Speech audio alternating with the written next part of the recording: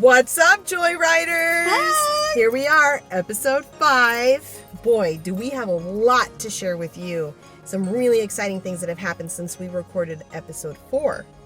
So the last time that we left off, we were talking about that it was going to be Easter weekend. Right. And so Easter ended up being a really fun weekend. So nice. Yeah. Such a blessing. And we had lots of family in town. Yeah. And it was just great to just be together, eat food, or for her it was eat Jello. Well, I like Zello now. Yeah, and just hang out with My sister Ruthie and her husband Tom. They drove all the way from Jacksonville, Florida. So give it up for Ruthie and Tom. Woo! You get 2 enthusiastic thumbs up. And I hadn't seen Ruthie and Tommy in a couple of years, so it was so good to have both of them visiting, not only myself, but my kids, my grandkids, and of course my mom. Yep. And then I had my brother, Tim, who was in an art show in Phoenix, and he came down with my sister Kelly, so 2 enthusiastic thumbs up for them, and they came down, and we had a beautiful day, and my sister Ruthie makes really good food that I can't eat, but she fed the fam, and it was we basically awesome. had it catered from my Aunt Ruth, so thank you, Aunt Ruth. Yeah. Everything was delicious.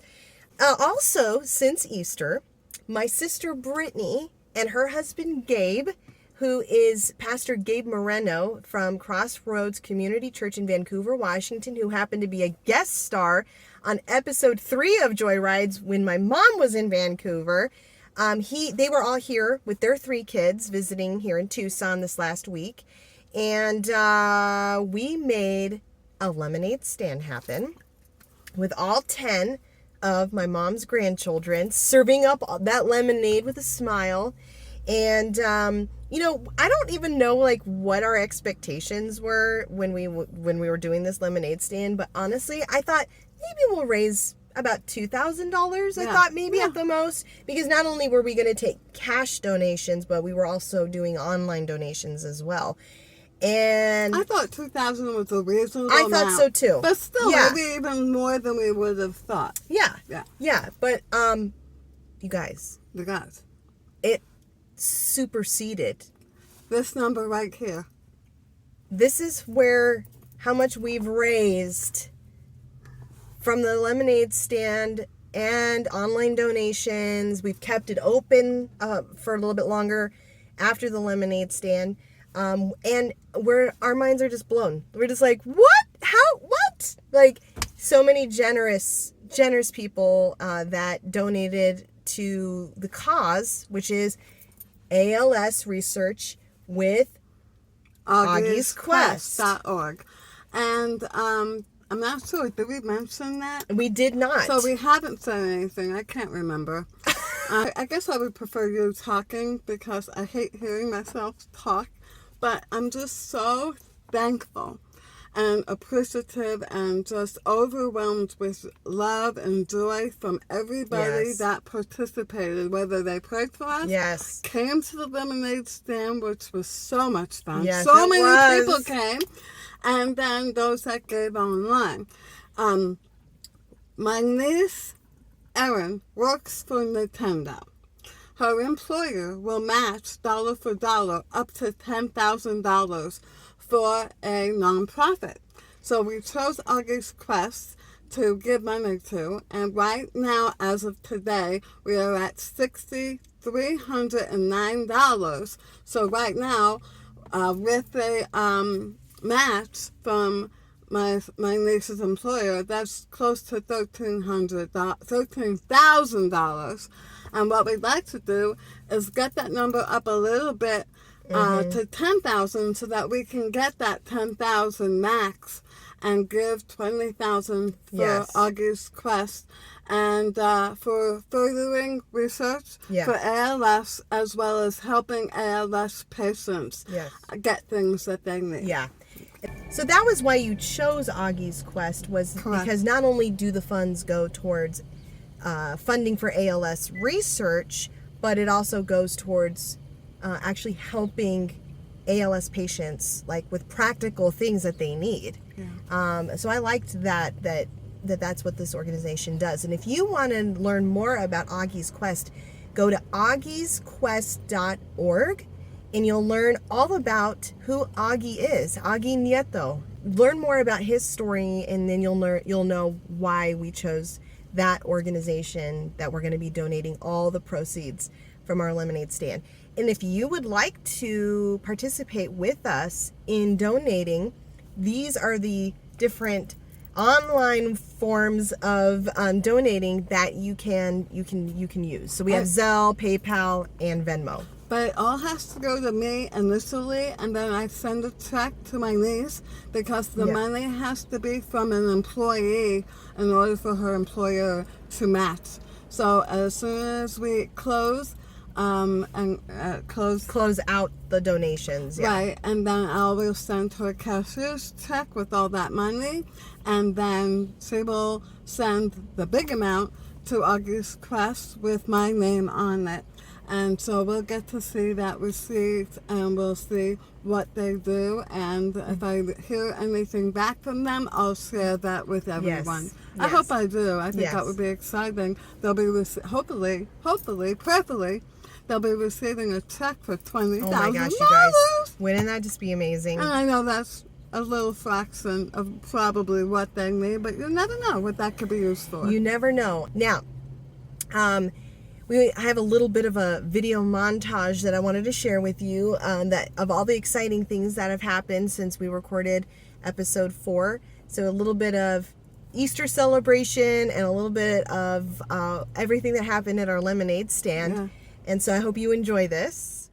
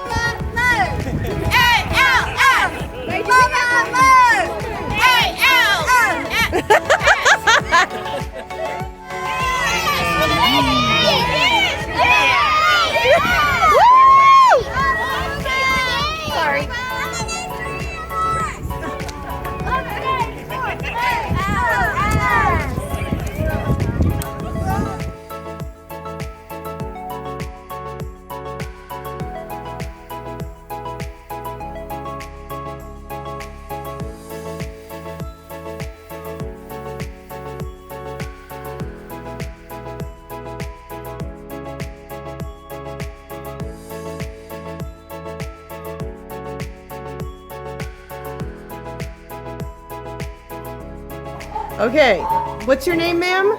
My name is Ashley Roche. You married into this crazy family.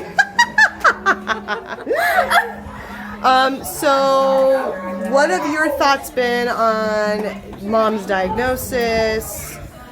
It's been a roller coaster, I think, Yeah. for all of us, emotionally, Yeah. but I think at the forefront of everything, there's so much joy, and Yeah. there's so much just hope. Yes. You know? Like, Yes. and that's, I think, especially with, like, everything going on in our world today, Yeah. everybody needs hope. Yes. So, I mean, we've got our highs and lows, Yeah. you know, just like anybody else. Yeah. It's not always, like, a perfect picture. Right. But we know where the hope comes from, and that comes from Amen. Amen. I love that, Ash. All right. Jesus. Dance, dance.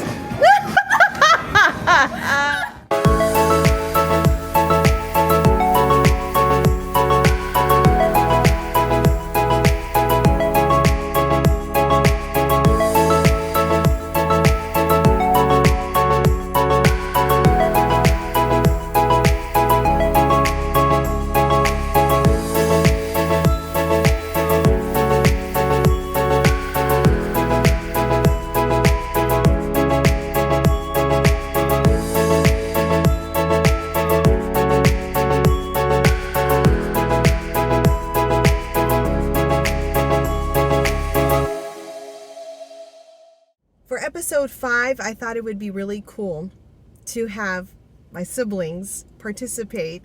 That way you can get a chance to meet them and get to hear their heart as far as how they've been processing everything since my mom's diagnosis. And so here is the interview that we had with my brother Keith and my sister Brittany and my mom for episode 5. Enjoy. How's everybody's hair? Good. Obviously. Okay. What's up, Joyriders? Here we are, episode 5. With one of my siblings who's apparently excited. The other one, I'm just kidding. So we thought we would do an episode with my siblings. My children. All 3 of your children. Oh, they're here. Yes. All of us. They're here for So me. let me introduce everybody really quick. I'm Kristine. Hi. Then this is my brother Keith. And Howdy. Keith is just like 14 months younger than me. And he is married to his beautiful wife, Ashley.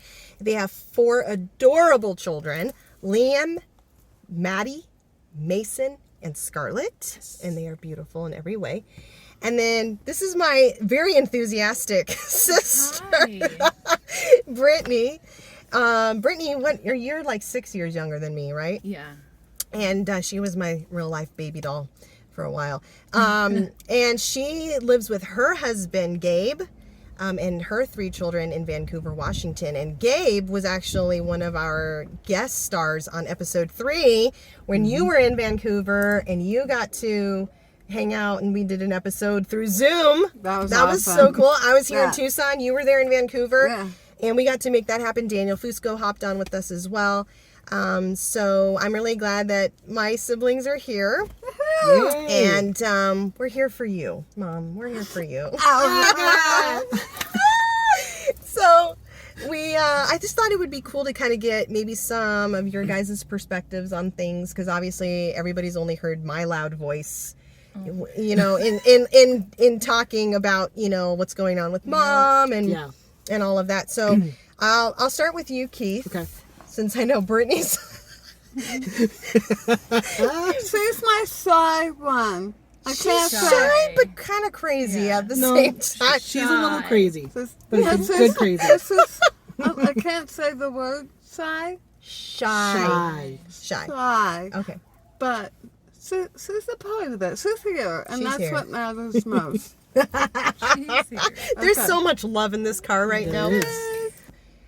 So since we've gotten Mom's diagnosis, what has God been revealing to you, showing you? How have you been able to process this? Well, I kind of have to walk through the day that I found out when Mom texted us, and I was at work, so I couldn't really like process in the moment. But I think my initial reaction was denial, because I was just like, "There's no way Mom has ALS." Right. I'm thinking she's so full of joy. She's so full of life. Like I was just like, "No, I don't believe it. I think it's got to be something else." So my first reaction was denial, and then it's like, okay, and then I'm going to lunch, and then I call my dad to let him know what's going on, and I just broke down on the phone. I haven't cried like that in a really long time, and I'm not much of a crier, but it definitely hit me finally. So I went from denial to devastation. I was devastated by the news. So I got home from lunch and I just collapsed in Ashley's arms. She was just so wonderful and just so caring, and she was great. So she helped me kind of talk it through during lunch, and then on my way back to work, I went from devastation to hope. And God in that moment just gave me peace. Like, he's like, I got this. And I think that was when I realized, like, okay, I have always gravitated towards my life verse, which is Romans 8:28, which says, we know that all things work together for the good to those who love God and are called according to his purpose. That verse has always meant something to me in every step of my life. Every obstacle that I've had to overcome, that I've always turned to that verse. But that verse has resonated more with me now since my mom's diagnosis. And it's just, it just really hit me. And then and then we just celebrated Easter, right? Right. Yeah. And I'm thinking like, okay, in that moment on the way back to work, I'm like, okay, God could heal her. Mm-hmm. God could totally give my mom's voice back. He could give her the ability to eat food again. Yeah. She could wake up tomorrow morning and be completely healed. So I'm holding on. I could go get a Freddy's hamburger. Exactly. And we're all going to Freddy's if that happens. Yeah, right. But I'm holding on to that hope. So I have that hope that he can do that. And that's like, the same power that rose Jesus from the grave is the same power that could heal my mom. And so we just celebrated Easter, that same power that rose Jesus from the grave. Yeah. And I just Easter really meant something more to me this year than I think it ever has. But it's just like, I think what God's been showing me is just like, I feel like God's speaking to me like, do you trust me? And I'm like, yeah, I do. Yeah. I do. But this is really hard. And I'm honest, like, you have to be real and raw with God. Like, this is really, really hard. And I remember that night I called Kristine and we just kind of talked through it. Yeah. And just like, I remember that. trying to navigate through this thing, and it was tough. And then I contacted Brittany, just touching base with my Sibs, trying to find out where we're all at, and just kind of walking through this together. Yeah, which has really been good. So thank you. Yeah. I really like what Daniel Fusco said in episode 3 when he kind of was talking about like, when he lost his mom and he's got sisters. Yeah. I forget how many sisters. True. And like everybody is processing things different. Yeah. Now obviously we're not walking in grief yet because you're still here. Okay. But we're having to process what we know could ultimately happen. Because we're forward thinkers. I know. But there is some grief still happening. Like mom is not talking like she normally talks. So there's a little bit of grief in like that you're not talking like you always missing my vernacular. Yeah. Missing her vernacular, missing her ability to do her New York accent. I can't do it. And we're like, you can't do your accent. No, she can't do it. I know. But I tried talking like it. It doesn't work. And we're all about food in our family. Oh. Yes. It's like every function is like all planned around the food. Yeah. And so like to not have my mom be able to eat normal food, there's a little bit of grief with that. Yeah. I'm having grief with that. Yeah. I've been craving food now for a long time. I know. So it's been a long good. I look good. You do look good. Because I can't eat, so I'm losing weight. Oh my god. But Brittany's back there. Oh my god. But I kind of wouldn't mind being chubby and being able to eat. Right. It's kind of a catch-22. Right. Especially if you know you're going to die, wouldn't you just want to eat whatever you want? Yes. And you can't. Yes, I can't even enjoy that part of this whole process. Right. So there is grief there. Yes. Like missing the sound of your normal voice, missing being able to just, eat like what we normally eat. Yeah. And so I know that we're all different, all three of us. God's given us unique personalities and unique spirits about us.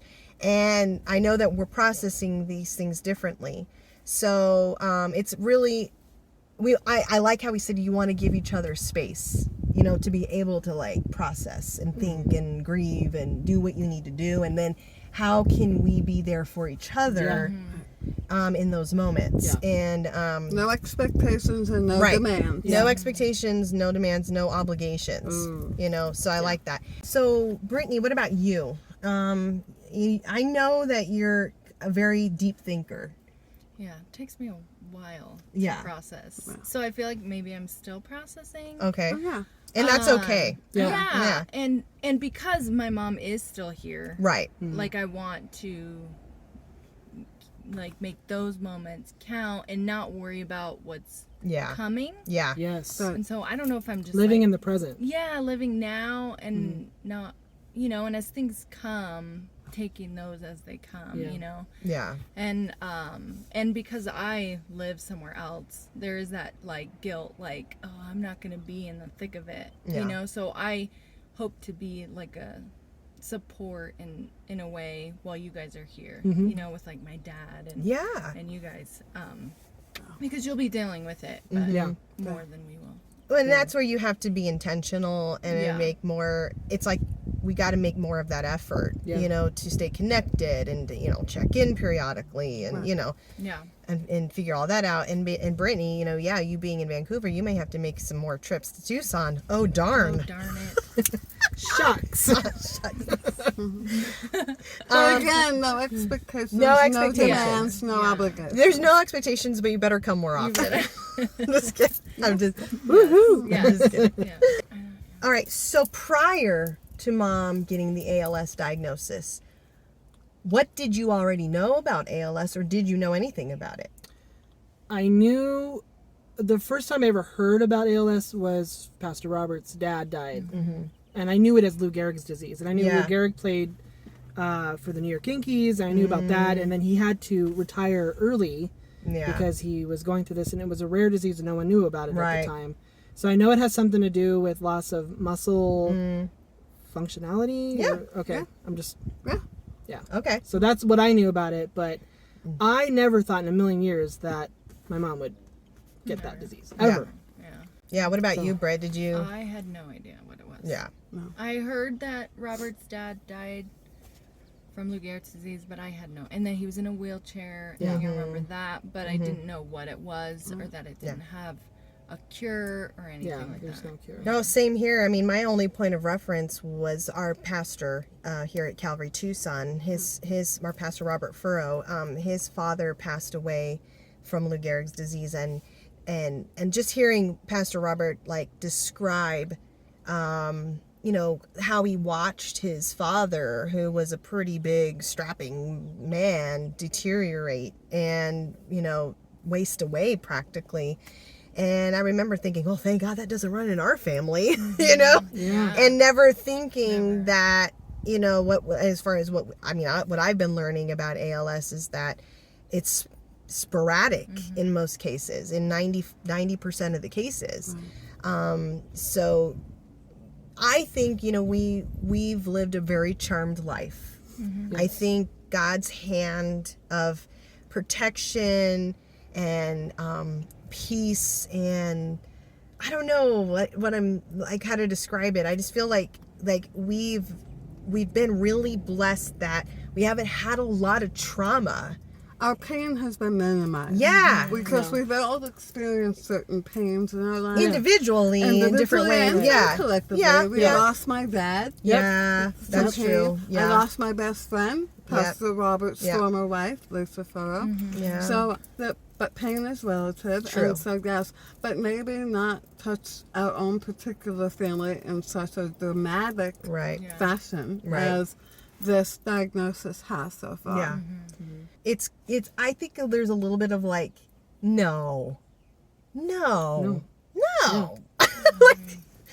Yeah. Like mom's got ALS, and then to find out that it is 100% fatal unless God chooses to heal you, Yes. which would be Please keep praying a for whole Yeah. other story, and we're still praying for that, and we believe 100% that God can do that. Like you said, the same power that rose Jesus from the grave is the same power that could heal my mom, and we believe that 100%. Yeah.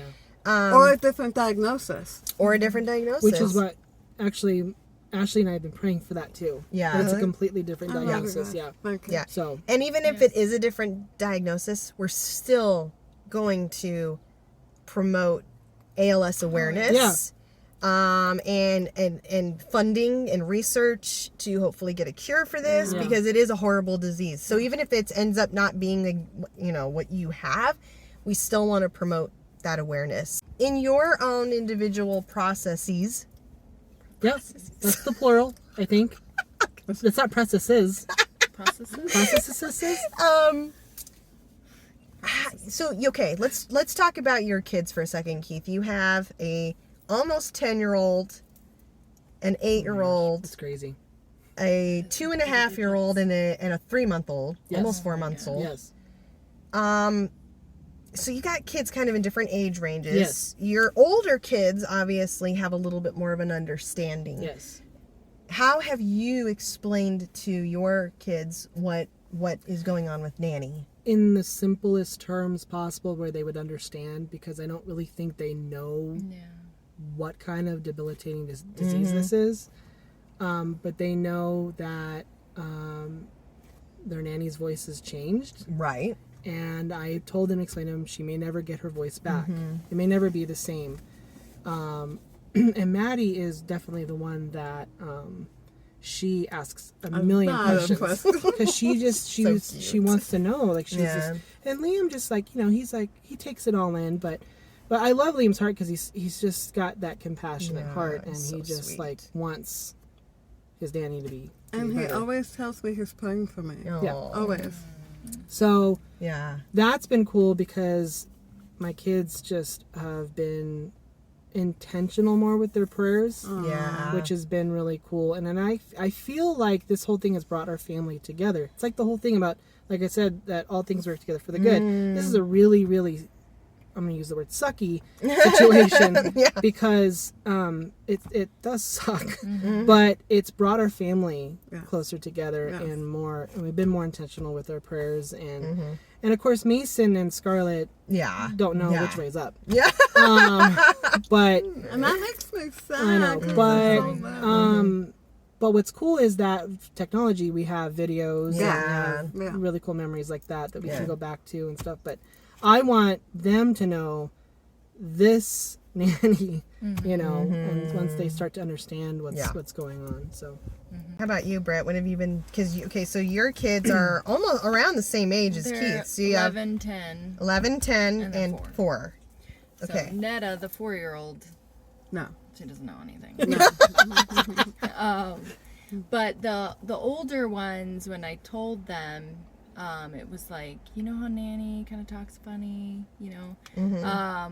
And then, almost around the same thing, like she's probably not going to get her voice back. And, you know, and told them that she has this disease that, you know, she could possibly die from. And right away, my oldest just started crying. Yeah, because she's so sweet and I think- tender-hearted. Yes, and loves her nanny. And Jack, I think Jack is still a little confused. Yeah. And still keeps asking questions randomly at random times. Like, what he's, about this? I Because love he's that, such though. he's love processing still. Yes. Yeah. And so he's coming to terms with it, I think. Yeah.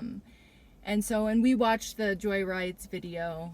So they're Evie is, like, probably determined learning, to watch yeah. it. Like, So, I was like, can we watch the new Joy Rides? Oh. She loves it. Oh. That's So she, I think she's understanding She's informed it, and what's she going wants on. to be, Yeah. you know, be a part of it, Yeah. kind of in a way. Like, I want to know what's happening. Yeah. What I noticed when I visited there was I always get great hugs from the kids, but I can tell they're hugging just a little bit tighter now. Yeah. And they've been very sweet and kind. Yeah. Not that they haven't been, but just I feel like they're even understanding the seriousness without really understanding the gravity. Yeah. Yes. They Yeah. understand there's a serious situation going on with their nanny. Yeah. I don't think they understand the gravity of that. Right, yet. right, right, right. But Yeah. so you guys both have done a great job Yes. with your kids Yeah. and that. And now it comes to you, which we've already talked about Andrew. Yeah, and Andrew's 17. That's my oldest, and he's having a really hard time. You know, I mean, he understands the full gravity of it. I mean, to some extent. I think so. And that's been a little bit hard to process. And obviously, my 2 younger kids, like you said, don't know which way. Yeah. But they love their nanny. Yeah. You know.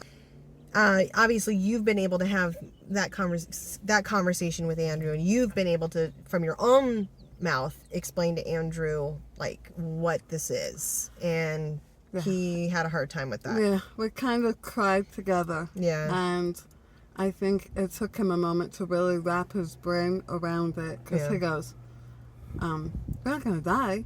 You're not going to die. Like, he kept saying that. And then he winded up searching for himself. Like researching, and going on YouTube, listening to other people, other videos of people that sounded like me. Yeah. And then he went out in his car, called you and his dad, and then came in and tried to process it more with me and cried. And he himself has been even very intentional about spending time with me and reaching out to me. Yeah, and even he's hugging you a little bit tighter, too. His hugs, he doesn't let me go. Yeah. It's like, and he smells like a teenager. That's good. I just wanted to thank you guys for being willing to Of course. join us on this episode of Joyrides, because, you know, we have fans now, and I want the fans to meet my, you know, The Siblings. the Sibs, the other children. Collectively as siblings, you know, we do want to be there for you. Our families are praying for you, as you know, like our spouses. I know that. And I have the most amazing kids and their spouses. You and really do. grandkids. I am blessed beyond measure. Are there any like worship songs or anything that have been like ministering to you, or like? Gosh, I've been listening to a lot of different things, but really, honestly, I don't know why, but when I was walking, I listened to Lauren Daigle a lot. Lauren Daigle. I just, well, there's a couple of them, but like, if I want to get up and just be excited, I listen to Mandisa. The good morning song, to get me going, to keep my hair on straight. And then I like to listen to Lauren Daigle. A lot of her songs just hit me in the heart. Mm-hmm. But just name somebody. I'm listening to everything, but mostly Lauren Daigle. But if you guys wanted to do a little ditty for me right now, that would be awesome. Oh my gosh, what should we sing? Pour out my heart. Okay, here we go. I'm just kidding. Me. Here I am once again. I pour out my heart, for I know that you hear every cry. You are listening, no matter what state my heart is in. You are faithful to answer with words that are true and a hope that is real, as I feel your touch. You bring the freedom to all that's within. In the safety of this place, I'm longing to pour out my heart, to say that I love you. Pour out my heart, to say that I need you. Pour out my heart, to say that I'm thankful. Pour out my heart, to say that you're wonderful. Oh, that you're wonderful. To say that you're wonderful. Oh, that you're wonderful. Oh, that you're wonderful. That's one thing that I know they're gonna miss me rooting them on when they would sing for me, because it's the one thing that brought me a lot of joy. You had to cry, Mom. Stop. That was awesome. I didn't even think you were gonna do the whole song. Well, it's for you, Mom. We love you. Okay. Getting verklempt. Okay. Anyways, that was a song when we first started doing worship when we were really young, that we learned how to do and play. We learned how to play the guitar, and then we figured out the harmonies. And our mom's been our number one fan for all these years. So Not just in that area, but well, in everything, yeah, pretty much. in every aspect. Okay, now I gotta get it together. Like, Howard, you keep talking. So thank you once again for joining us on episode 5 of Joyrides. Please remember to like, comment, and subscribe. And share. And share. That was. Please share our videos with people that you think will really be blessed and need information and just want to laugh. We're so appreciative of you, as always, tuning in and watching and commenting and just being there for us and supporting us. Yes, we love you. We love you. Mwah. Oh, yeah.